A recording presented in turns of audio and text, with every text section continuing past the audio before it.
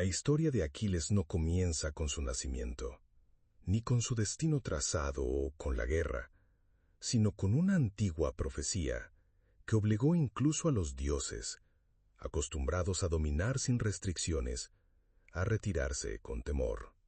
Tetis, diosa del mar, pertenecía a las Nereidas, siendo hija del anciano marino Nereo y de la Oceánide Doris.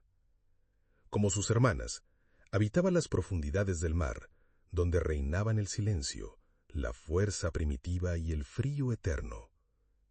Sin embargo, Tetis sobresalía por su belleza extraordinaria y una presencia majestuosa que despertaba deseo incluso entre los dioses supremos.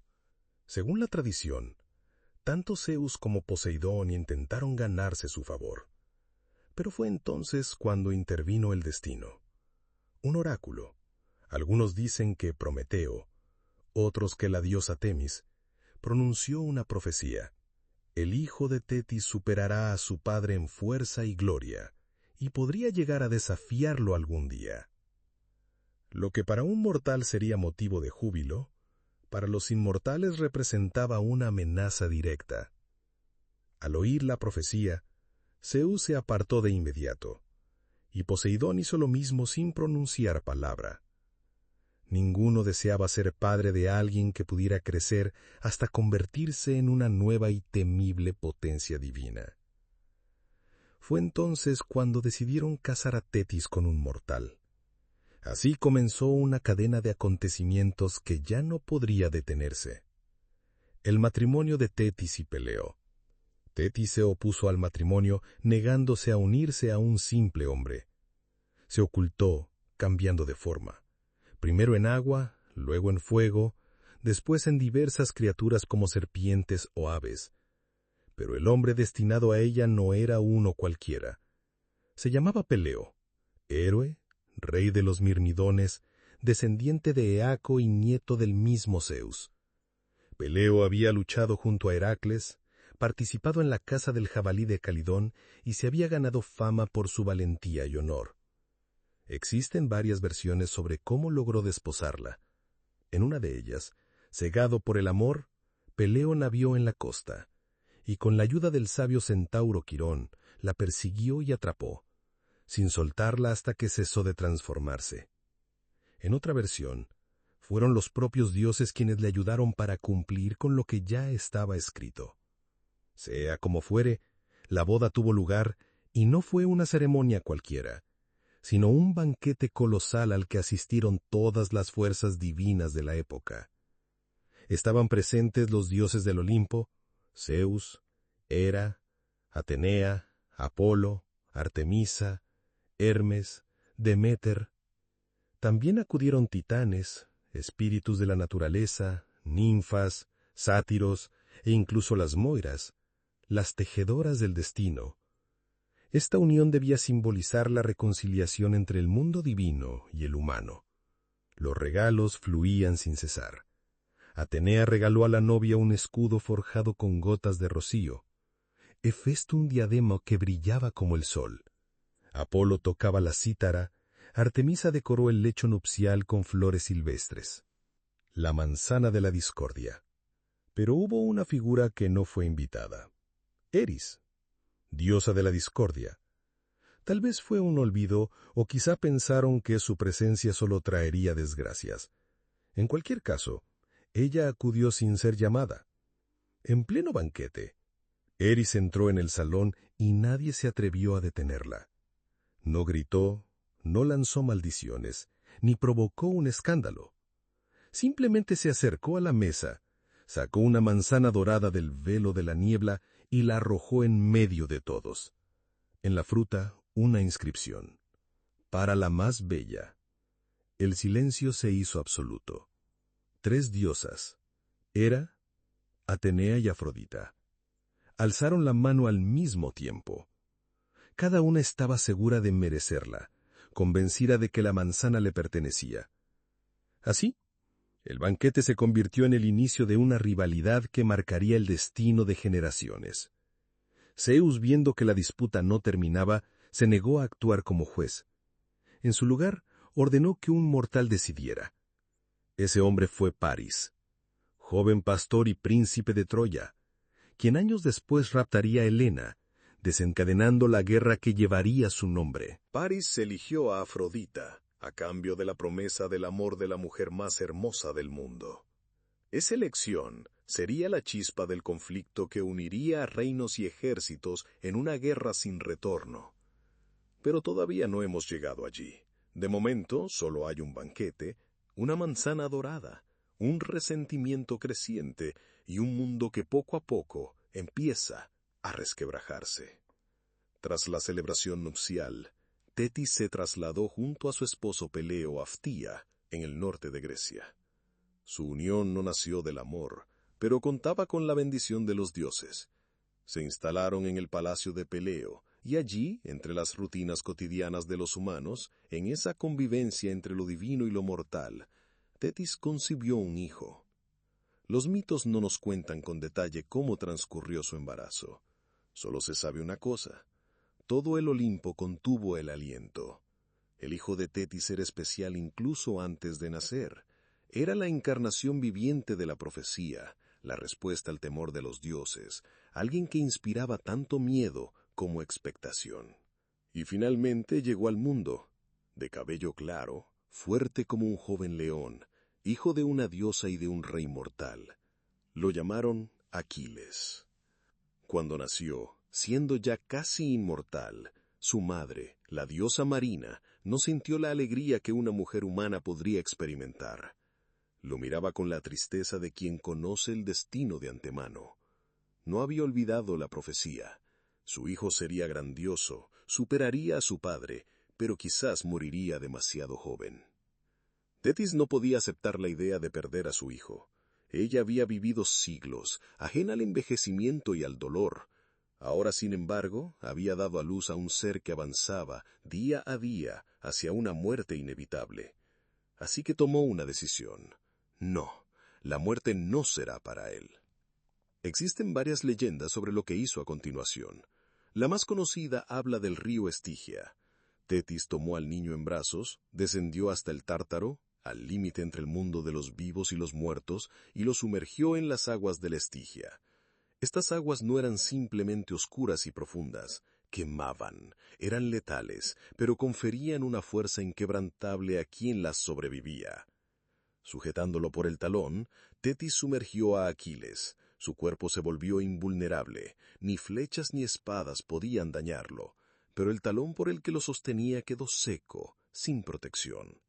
Así nació la expresión talón de Aquiles, usada incluso hoy en día para referirse al punto débil de alguien aparentemente invencible. No obstante, existe otra versión, más antigua y más cruda. Según esta, Tetis nunca fue al Estigia. Cada noche untaba el cuerpo del niño con ambrosía, el alimento de los dioses, y luego lo sostenía sobre las llamas. El fuego consumía todo lo mortal, purificándolo.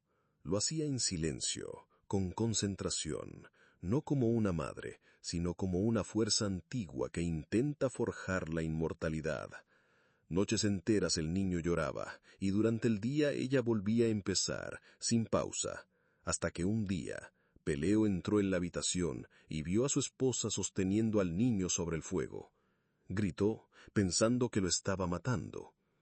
Tetis lo miró sin decir palabra y desapareció, regresando al mar de donde había venido. Peleo no volvió a verla. No se marchó por falta de amor, se marchó porque ya no podía salvar a Aquiles. Ulises llegó a Siros disfrazado de mercader.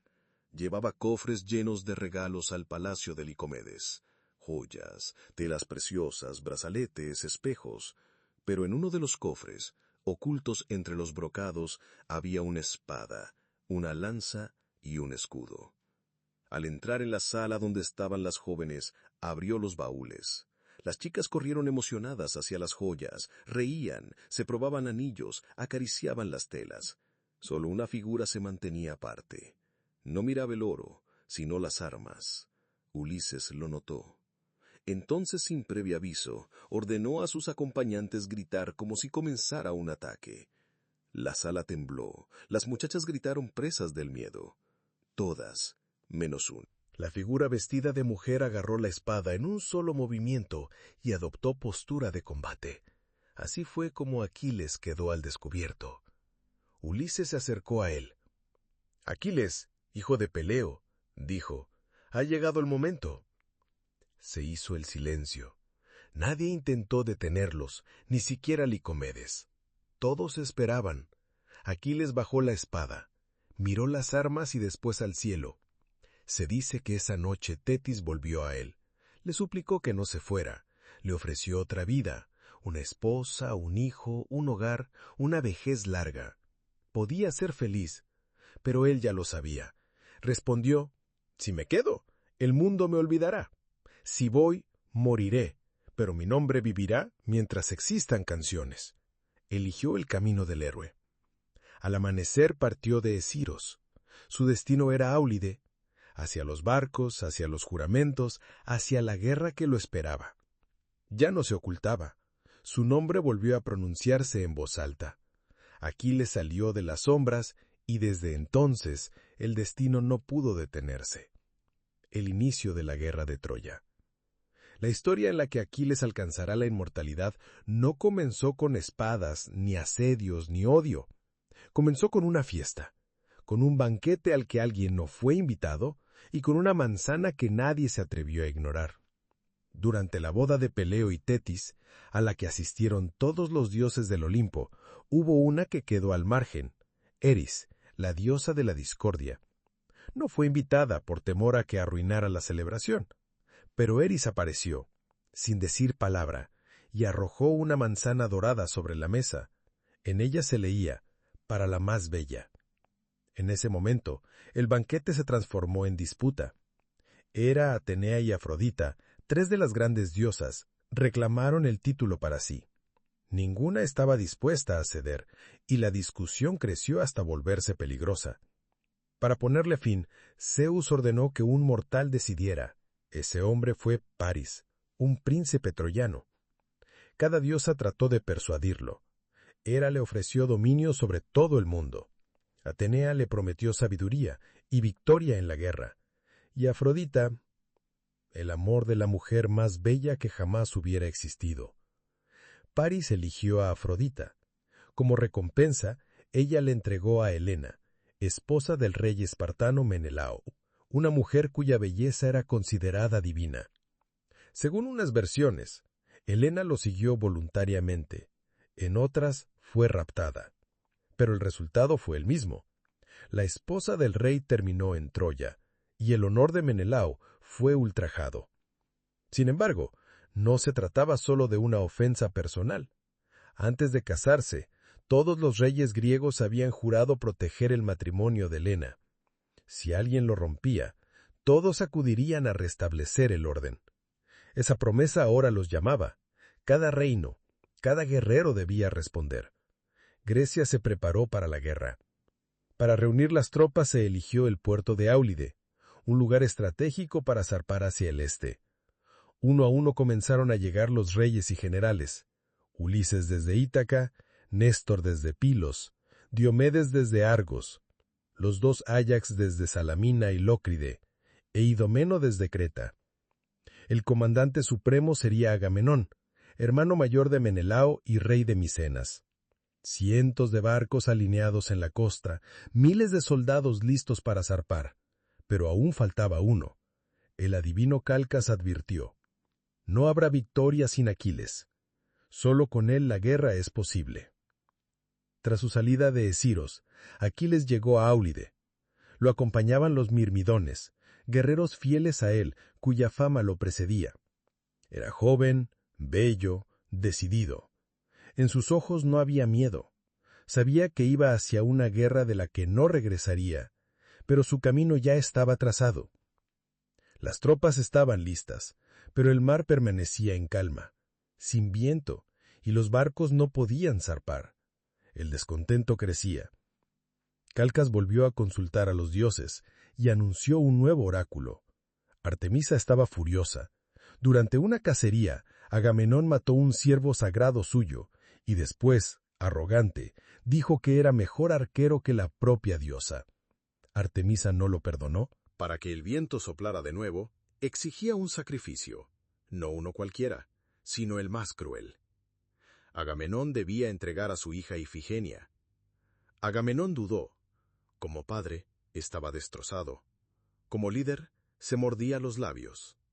La presión del ejército, la espera de los aliados, los juramentos y el deber lo empujaban a lo que su corazón rechazaba. Engañó a su hija para que viniera a Áulide, diciéndole que se casaría con Aquiles. Cuando la verdad salió a la luz, Ifigenia se hallaba ya en el altar. Según una versión, fue sacrificada. Según otra, Artemisa se apiadó y la sustituyó por una sierva, llevándosela a tierras lejanas. Sea como fuere, después el viento sopló, las velas se hincharon y el ejército por fin zarpó hacia Troya.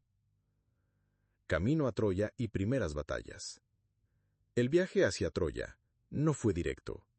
La primera parada fue en la isla de Ténedos, donde los griegos reorganizaron sus tropas. Luego desembarcaron en las costas troyanas. Aquiles pisó tierra de guerra sin júbilo ni temor, sino con una fría determinación. Aún no era el semidios que el mundo recordaría, pero incluso entonces su furia destacaba. No luchaba por venganza, ni por botín, sino por algo interior que ardía en él, una fuerza imposible de detener. Antes del asedio, conquistó más de 10 ciudades, entre ellas Lirneso, donde tomó como prisionera a una mujer llamada Briseira. En aquel momento pareció un hecho menor, pero más adelante cambiaría su destino. Entre los enfrentamientos previos al sitio de Troya, hubo uno que se recordaría especialmente, no por la sangre, sino por lo inesperado. La historia de Télefo, rey de Misia. Cuando los griegos partieron por primera vez, no llegaron directamente a Troya. Ya fuera por error o por voluntad de los dioses, los mitos difieren. Desembarcaron en Misia, una tierra poco conocida al norte de Asia Menor. Los misios los confundieron con invasores, y probablemente no estaban equivocados. Los griegos desembarcaron armados, tensos, preparados para luchar. Télefo, su rey, salió a enfrentarlos. Télefo no era un gobernante común, era hijo de Heracles, y la sangre heroica corría en sus venas. Joven, fuerte, un guerrero nato, no pensaba ceder. La batalla fue rápida y feroz. Murieron muchos de ambos lados. Los griegos creían que ya estaban luchando contra Troya, pero era un error. En este combate, Aquiles mostró por primera vez todo su poder. Se enfrentó a Télefo cara a cara. Los golpes retumbaban como truenos.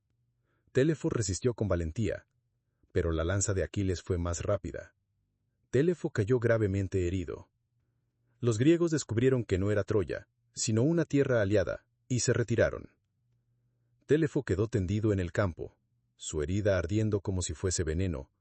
Ningún médico, ningún sacerdote, lograba curarlo. En su desesperación, viajó al santuario de Delfos y preguntó al oráculo qué hacer. La respuesta fue: «Quien te hirió, ese mismo te sanará». Télefo llegó a Áulide no como enemigo, sino como un suplicante. Cojearlo, apoyado en su lanza, imploró a Aquiles: «Tú me quitaste la fuerza, devuélvemela, o moriré». Aquiles se sorprendió, pero no se negó. Quirón, su maestro, le había enseñado tanto a herir como a sanar. Según una versión, Aquiles raspó virutas del asta de su lanza y las aplicó sobre la herida. La madera, vinculada a él, obró como magia. La llaga empezó a cerrar. Sanado, Télefo juró no luchar más contra los griegos. Tiempo después, sería él quien les mostrara el camino correcto hacia Troya, pues hasta entonces el ejército vagaba sin rumbo claro. Los griegos empezaron a mirar a Aquiles como un presagio. Incluso los más valientes sabían. Él era distinto. Era joven, pero terrible. Callado, pero impiadoso. Su nombre comenzaba a correr por los campamentos como sinónimo de poder y de peligro. Así comenzó su gloria. Así empezó la guerra donde los héroes ganarían la eternidad y caerían uno por uno. Habían pasado ya varios años desde que los griegos desembarcaron en las costas de Troya. La ciudad, asediada pero aún orgullosa, permanecía en pie, inexpugnable, rodeada de murallas que, decían, fueron levantadas por mandato divino. Los griegos esperaban la victoria, pero cada nuevo día traía solo más combates, más pérdidas, más agotamiento. En ese tiempo denso y lento, bajo el sol abrasador y el graznido de los cuervos, Aquiles seguía luchando. Cada golpe suyo se convertía en leyenda. No buscaba poder, no asistía a los consejos de los reyes, pero su nombre era el que más se murmuraba entre los aliados, y el que más temían los enemigos. Briseida y el conflicto con Agamenón. Entre las ciudades conquistadas estaba Lirneso, pequeña pero bien defendida. Tras su caída, Aquiles tomó prisionera a una mujer llamada Briseida. No era reina, pero pertenecía a una familia noble, y en su porte había dignidad y amargura. Su esposo había muerto en combate, su ciudad había caído, y ella había quedado sola. Aquiles, pese a haber llegado como enemigo, la trató con respeto. No la convirtió en botín ni en objeto.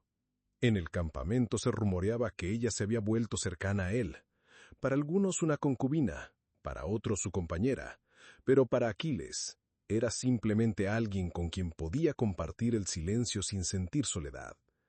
El comandante en jefe del ejército griego era Agamenón, rey de Micenas, hermano de Menelao, un hombre ambicioso, autoritario y lejos de ser irreprochable. Su premio tras una campaña había sido Criseida, sacerdotisa de Apolo, pero su padre, el anciano Crises, vino al campamento con regalos suplicando que le devolvieran a su hija. Agamenón lo rechazó. Ofendido, el sacerdote rogó a Apolo y pronto una peste se extendió entre los griegos. La muerte llegó veloz, y el miedo paralizó el campamento. Calcas, el adivino, reveló que el castigo de los dioses solo cesaría si Criseida era devuelta. Agamenón cedió, pero exigió compensación. Si perdía a su mujer, tomaría a otra, Briseida. Ordenó arrebatársela a Aquiles. No fue un movimiento político, fue una humillación. No solo le quitaban a alguien querido, sino que Agamenón dejaba claro que, en ese ejército, solo valía el poder del trono. La dignidad personal no tenía lugar. Aquiles lo vivió como una afrenta a su esencia. Él que había luchado, que había salvado al ejército más de una vez, que nunca había aspirado a reinar, era ahora pisoteado por la soberbia. No gritó, no alzó el arma, no retó a Agamenón. Salió en silencio del consejo, volvió a su tienda y declaró que no lucharía más. Ni él ni sus mirmidones. Abandonaba una guerra que ya no sentía suya. Para él, ese ejército ya no era una alianza de héroes, sino una muchedumbre guiada por la arrogancia de un solo hombre. La retirada de Aquiles y la desesperación creciente. Desde ese momento el ejército griego perdió a su mayor fuerza. Nadie lo dijo en voz alta, pero todos lo sabían. Una sombra se había posado sobre sus filas. Sin Aquiles, los consejos eran vacíos. Los ataques fallaban. La moral se deshacía. Mientras Aquiles permanecía en su tienda, sumido en el silencio, los troyanos pasaron a la ofensiva. Liderados por Héctor, hijo del rey Príamo, valiente, sabio y justo, los soldados cambiaron. Ya no se escondían tras los muros. Avanzaban por la llanura, empujando a los griegos hacia el mar. Héctor luchaba con la convicción de quien muere por algo más grande que él. Los días pasaban y los griegos retrocedían. Sus naves, antes alineadas a salvo en la costa, se convertían en última línea de defensa. En esa desesperación creciente, el nombre de Aquiles reaparecía como un eco. Pero él no salía. Su lanza yacía inmóvil, su tienda cerrada. A su lado estaba Patroclo, amigo, compañero, la única voz que aún se atrevía a hablar. Le habló de los compañeros, de los muertos, del enemigo que ya tocaba los límites del campamento. Pero Aquiles no respondía. Sentado frente al mar, parecía esperar que la misma tierra le diera la razón. Y sin embargo, cada noche escuchaba los gritos de batalla. Cada día contaba los que ya no volvían. Su ira no se apagaba, pero empezaba a quemarlo por dentro. En ese silencio prolongado, Patroclo, sabiendo que ya no había tiempo, tomó una decisión. Se preparó para hacer algo que aún no entendía del todo, pero que cambiaría el curso de todo: la muerte de Patroclo. La amenaza era ya imparable. Los troyanos, guiados por Héctor, avanzaban sin freno hasta los mismos barcos. Lo que parecía imposible ahora era inminente. Los griegos flaqueaban, y muchos veían la derrota cerca. El nombre de Aquiles resonaba en las filas, pero seguía sin respuesta. Patroclo no aguantó más. Entró en la tienda y habló con el corazón. No le pidió a Aquiles que olvidara su dolor, ni que volviera por orgullo. Solo le dijo: «Si no vas tú, deja que vaya yo. Dame tus armas, reuniré a los mirmidones, que crean que eres tú. No quiero gloria, solo detener la masacre». Aquiles guardó silencio largo rato. Miraba al suelo, a sí mismo, a un lugar profundo dentro de su alma. Sabía quién era Patroclo, y sabía que sus palabras no venían de la vanidad. Asintió. Le entregó su armadura, y fue como si le entregara una parte de su alma. Le advirtió: «Llévalos a la lucha, pero no cruces los límites. No vayas más allá. Más allá empieza el destino». Patroclo se vistió como Aquiles y se convirtió en alguien que no era. Los mirmidones revivieron al verle. Se alzaron con ímpetu, y cuando sonó el cuerno, su grito pareció partir la tierra. Los griegos, que ya habían perdido la esperanza, sintieron renacer la fuerza. Los troyanos, al ver el brillo de la armadura de Aquiles, retrocedieron. Creyeron que había vuelto. Patroclo, guiado por la compasión, entró en la batalla como un rayo. Luchó con furia, destrozó líneas enemigas. La llanura tembló bajo su avance, pero cegado por el éxito, olvidó el límite. En su entusiasmo, alcanzó las murallas de Troya. Allí, bajo las puertas, lo esperaba Héctor. El duelo fue breve pero intenso. Patroclo luchó con coraje, pero no con la maestría de Aquiles. Un golpe certero y la armadura cayó. Dicen que antes de morir Patroclo susurró: «Me has matado, pero pronto conocerás a quien te vengará». Cuando llegó al campamento la noticia de la muerte de Patroclo, nadie se atrevió a ser el primero en entrar en la tienda de Aquiles. Él seguía ahí, junto al mar, solo. Y al oír las palabras, su rostro no cambió. Bajó lentamente la cabeza, como si algo dentro de él se hubiera quebrado. Luego se levantó y gritó. Dicen que aquel grito no solo se oyó en el campamento griego, sino también en las calles de Troya. Su voz, cargada de dolor y furia, cruzó la llanura, y hasta los dioses del Olimpo volvieron la mirada. Aquiles, al que nada había logrado hacer regresar, ya no podía seguir apartado. No había perdido solo a un compañero, había perdido una parte de sí mismo.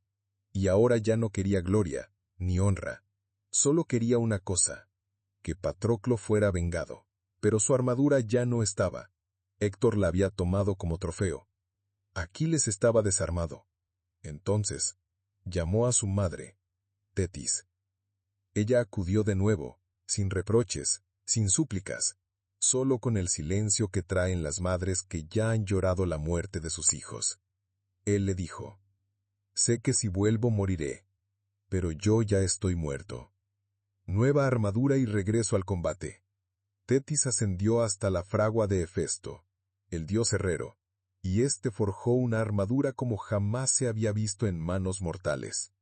Un escudo en el que estaba grabado el mundo entero, desde los pastores hasta las estrellas, desde la siembra hasta la guerra, desde el nacimiento hasta la muerte, un jelmo que brillaba como el fuego, un peto del que rebotaba el hierro. Aquiles se vistió con aquella armadura, y ya no fue el mismo. De pie en medio del campamento, nadie se atrevía a acercarse. Ya no quedaba en él ni rastro del joven, ni del herido, ni del héroe. Se había convertido en lo que siempre estuvo destinado a ser, un hombre sin nada que perder. No deseaba fama, solo quería recuperar a su amigo, o al menos castigar al que se lo había arrebatado. Aquiles volvió al campo de batalla, y desde ese momento, la guerra dejó de ser la misma. Duelo con Héctor. Cuando Aquiles pisó de nuevo el campo de batalla, la tierra pareció cambiar de ritmo. El ejército griego se levantó como si el aire se volviera más denso. El temor contenido en los corazones de los troyanos se desató. Le vieron avanzar, sin formación, sin protección, como si supiera que ya no necesitaba armadura, solo su rabia.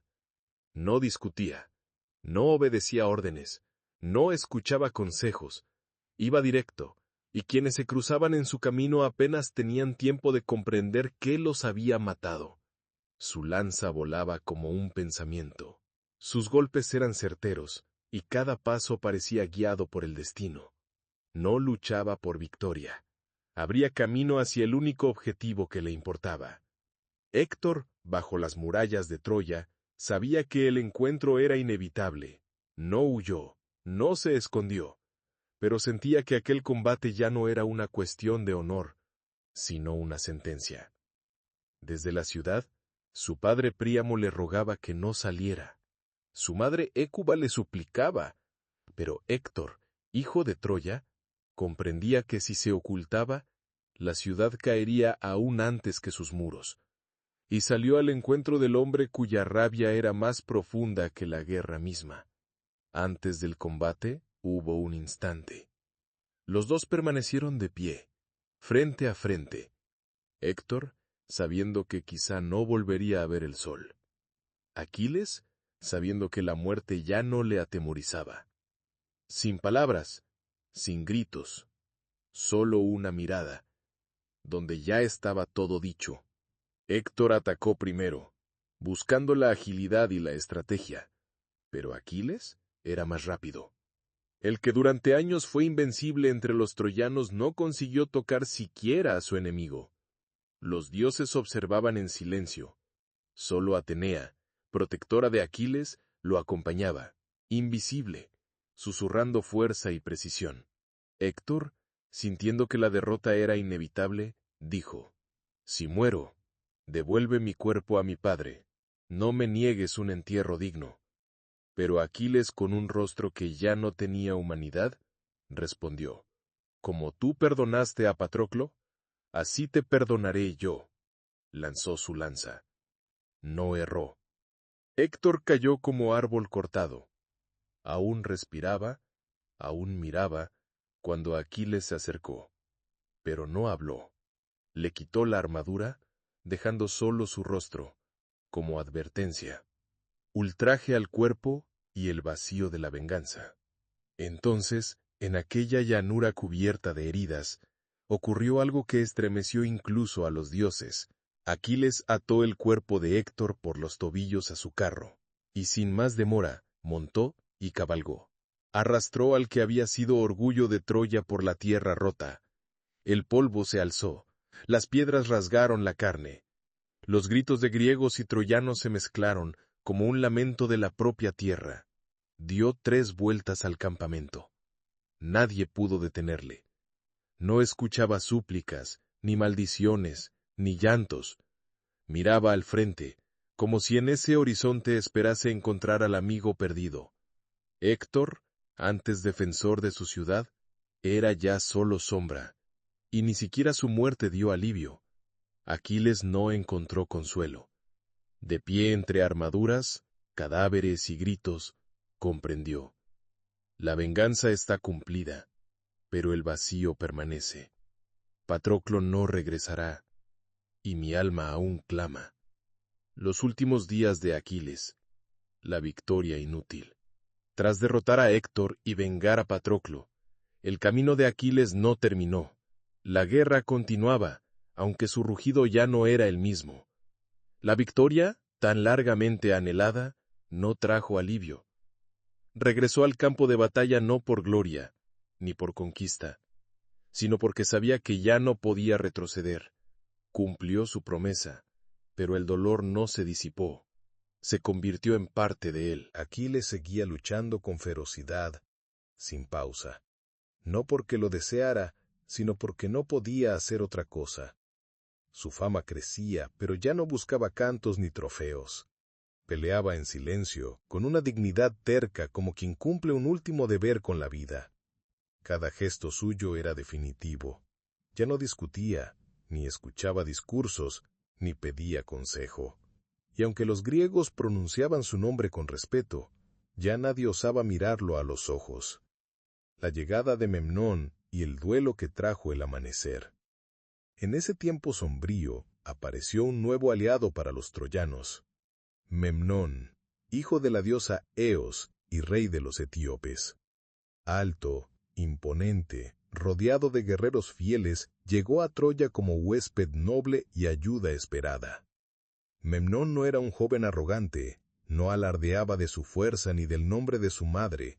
Al contrario, su presencia imponía un respeto sereno, casi regio.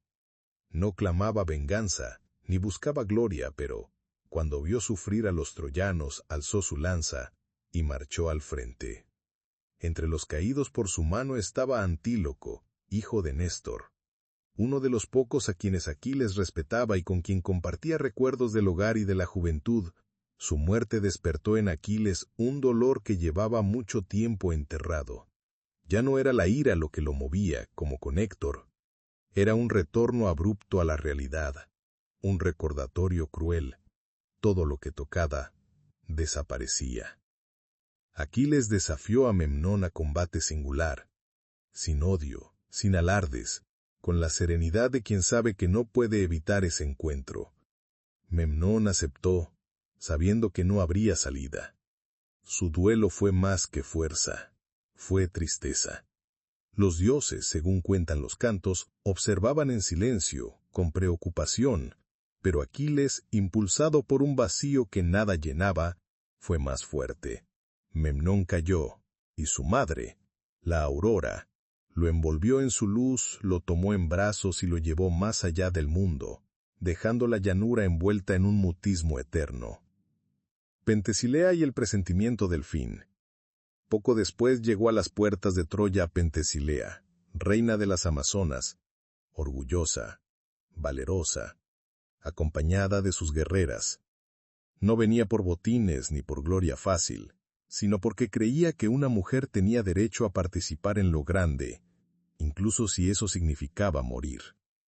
No buscó refugio tras murallas, ni se escondió en una tienda, exigió batalla desde el primer instante. Aquiles, al enterarse de su llegada, tomó de nuevo su lanza y salió a su encuentro sin consultar a nadie. El combate fue fulgurante, como dos ríos desbordados encontrándose. Pentesilea luchaba con gracia feroz, con un coraje digno de leyenda. Aquiles no cometía errores, pero supo reconocer que frente a él había una guerrera cuyo nombre merecía ser cantado. Cuando su cuerpo cayó al suelo, Aquiles se acercó, retiró el yelmo, y en ese gesto se detuvo el tiempo. Bajo la armadura descubrió un rostro joven, casi infantil. En su mirada, ya apagándose, no vio miedo, sino algo parecido a la paz. Fue solo la segunda vez en toda la guerra que Aquiles sintió cuánto se estiraba la cuerda entre la vida y la humanidad. No dijo palabra, pero los griegos que presenciaron la escena entendieron. El corazón de Aquiles se había vuelto a quebrar, aunque nadie supo cómo ni cuándo. Desde entonces se volvió aún más huraño. Comía poco, apenas dormía, no acudía a los consejos. Salía a luchar como quien cumplía un deber, ejecutando cada misión como si fuera una sentencia. Hasta sus enemigos comenzaron a mirarlo con compasión, no con odio. Era demasiado grande para seguir viviendo. La muerte de Aquiles. Un día en pleno combate, cuando el sol comenzaba a caer sobre el horizonte, apareció en un flanco lejano un arquero. Era Paris, sí, el mismo cuya elección encendió la guerra. No era un guerrero célebre, pero aquel día su arco se tensó con precisión mortal. La flecha no buscaba gloria, ni justicia, ni duelo. Buscaba debilidad, y la encontró. Dicen que fue Apolo quien guió su vuelo. La flecha sobrevoló la batalla. Se deslizó entre gritos, espadas y escudos, y alcanzó el único lugar no tocado por el Estigia, el talón. Aquiles cayó, no con estruendo, sino con una calma trágica. El hombre que desafió la muerte, que luchó sin tregua, que no pidió nada más que justicia, se desplomó en la tierra que tantas veces había teñido de sangre ajena. Nadie lo vio sangrar mucho, pero no hacía falta. La herida ya estaba dentro de él desde hacía tiempo. Después de Aquiles, su cuerpo fue recuperado por los suyos, envuelto en llanto y silencio. Tetis, su madre, emergió del mar para llorarlo una última vez. Los griegos lo incineraron con honores que nunca se repitieron, y sobre sus cenizas levantaron un túmulo junto al mar, para que todo aquel que pasara viera la memoria de quien fue más que hombre. Se dice que Aquiles no murió del todo, que su nombre siguió viviendo en canciones, que su figura cruzó los siglos como símbolo de gloria, de dolor y de la lucha entre el destino y la voluntad. Algunos cuentan que fue llevado a las islas de los bienaventurados. Otros dicen que aún camina entre los ecos de la guerra, entre los nombres que jamás serán olvidados. Pero lo cierto es que Aquiles, el de los pies ligeros, no fue recordado solo por sus victorias. Fue recordado porque, en un mundo hecho de mitos, él fue el más humano de todos los héroes. La muerte de Aquiles. Un día, en plena batalla, cuando el sol comenzaba a inclinarse hacia el ocaso, un arquero se alzó en el flanco más lejano del combate. Era Paris, el mismo cuya elección desató esta guerra. No era célebre como guerrero, pero aquel día tensó su arco con una precisión mortal. La flecha que lanzó no buscaba el honor, ni la fuerza, ni el enfrentamiento frontal. Buscaba el punto débil. Y lo encontró. Dicen que fue Apolo quien guió su mano. La flecha cruzó el campo de batalla, volando sobre hombres, lanzas y escudos, hasta dar en el único punto vulnerable del cuerpo de Aquiles, el talón, ese pequeño lugar por el que su madre lo sujetó al sumergirlo en las aguas del Estigia. Aquiles no gritó, no cayó al instante, solo se dejó caer poco a poco, como si el cansancio que había contenido durante tanto tiempo al fin se permitiera hacerse cuerpo. En sus ojos, mientras aún respiraba, no había miedo, solo algo parecido a la paz, tal vez incluso al alivio. Cuando los griegos corrieron hacia él, aún estaba con vida. Los miró sin súplica, sin reproche, solo con una despedida silenciosa. Y cuando sus ojos se cerraron, el cielo no se oscureció por nubes, sino porque una de las luces más intensas de la humanidad acababa de apagarse. El legado y destino póstumo de Aquiles. La muerte de Aquiles no fue una derrota, sino un cierre. Reyes, héroes e incluso enemigos sintieron, ahora todo será distinto. Con él terminó una era en la que un hombre podía ser casi igual a los dioses, si se atrevía a llegar hasta el final. Su caída sacudió no solo el campamento griego, también resonó dentro de los muros de Troya. Los griegos, acostumbrados a verlo como fuerza invencible, quedaron sin su mayor pilar. Los troyanos, que habían perdido tantos por su mano, no sintieron júbilo, sino un extraño vacío. Incluso los dioses, allá en el Olimpo, callaron durante un momento como si comprendieran que no había muerto solo un guerrero, sino algo más. Su cuerpo, aún envuelto en la armadura resplandeciente, fue devuelto al campamento. No hubo llantos desgarradores, solo silencio, y el viento al pasar por las tiendas parecía cantar una elegía muda.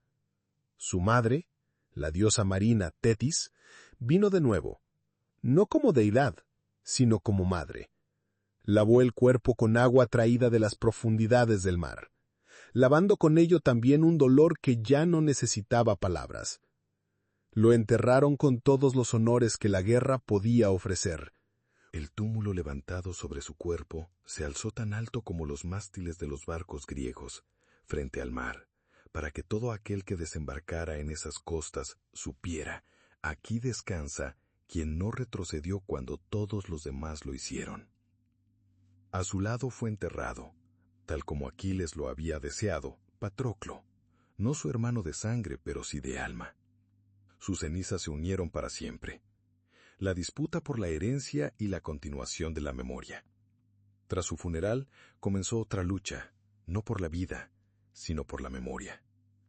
Su armadura, forjada por Hefesto, se convirtió en objeto de disputa entre dos héroes, Áyax y Ulises.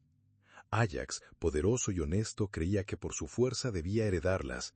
Ulises, ingenioso y persuasivo, defendía que el legado de Aquiles debía continuar en quien supiera pensar, no solo combatir. El juicio favoreció a Ulises. Áyax, herido en su honor, perdió la razón y la vida. Así la armadura de Aquiles no marcó la continuación de la gloria, sino el inicio de nuevas pérdidas. Pero su recuerdo no quedó en una coraza, lo llevó en la sangre su hijo Neoptólemo, nacido de Deidamía en la isla de Esiros. Llegó a Troya en los últimos días de la guerra. No era su padre, era más joven, más duro, menos contenido. A él le tocó cerrar la historia.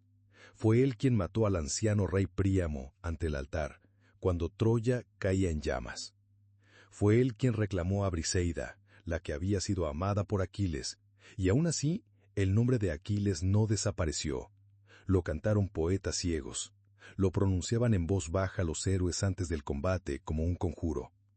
Los niños que empuñaban su primera lanza escuchaban su historia, la del que venció pero no vivió para celebrarlo.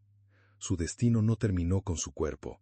Vivió en quienes vinieron después, en quienes repitieron su camino sabiendo que no todos llegan hasta el final. Fue hombre. Fue hijo de una diosa. Fue el héroe que eligió una vida breve, pero eterna. Y por eso, su recuerdo no es solo historia, es una forma inmortal de gloria, aquella que persigue todo aquel que, alguna vez, se ha puesto de pie entre el miedo y el honor.